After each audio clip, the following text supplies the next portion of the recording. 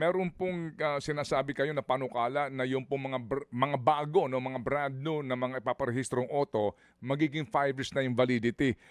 In principle, sabi ho sa balita, inaprubahan ni Presidente. Ano ho ang effect nito? Kumbaga sa revenue and then doon po sa pangangailangan halimbawa po ng mga smoke belching.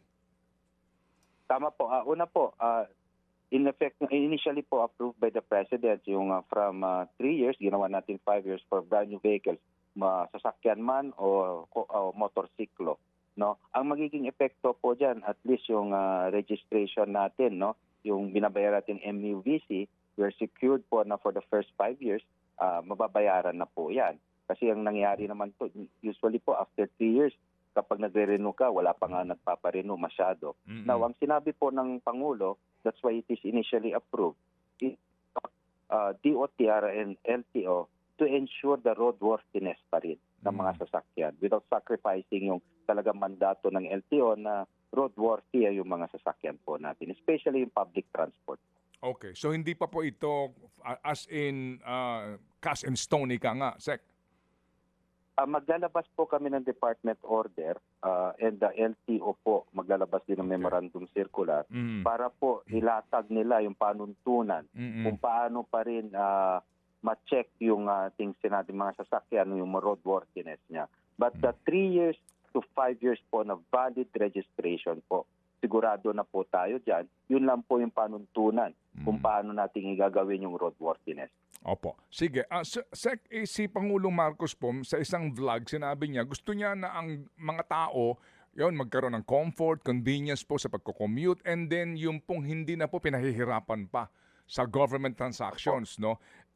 Ito ho bang ipinapanukala nga po na pagkakaroon ng verification sa TPL Insurance ng mga nagpaparenew ng rehistro? Ito ho yung ipinapanukala po ng LTO. Panahon po ni Vigor, binaril po ni Vince Dizon. Panahon ngayon nitong si Lacanilao, tinutulak pa rin po na sinasabi daw po ng online pre-validation of insurance certificate na hindi naman ngayon online actually, kung inyo po naaalala. Ito ho ba yung napag-usapan niyo ni Presidente? Sinintensyahan na ba ito? Itutuloy ba talaga ito o hindi? Hindi po napag-usapan po kasi suspended po I think yung implementation po niyan inaaral ng LTO. Pero if you get the overall policy again of the government and ng ating Pangulo, ang parati niya sinasabi there should not be wala dapat additional burden. Dapat mas maginhawa ang ating mga kababayan, no? So yung ease of doing business, yan po parati ang mga parating pinapaalala ng ating Pangulo. So yun din po ang sinabi ko sa LTO na make sure na there will be no additional burden. Tapos make sure na walang other than paka-redundancy siya and everything.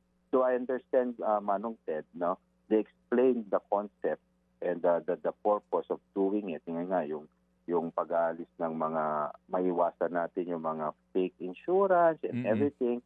So okay tayo dun sa purpose.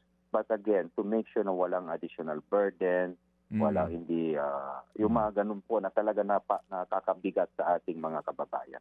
Mga kapatid, brothers and sisters, saan ka pa? Dito na tayo sa totoo. Dito na tayo sa True FM. Mga kapatid, mag-subscribe and follow po kayo sa social media accounts ng True Network PH. Yan po kami. Hanapin nyo lang True Network PH, Facebook, Instagram, YouTube, TikTok, and podcast.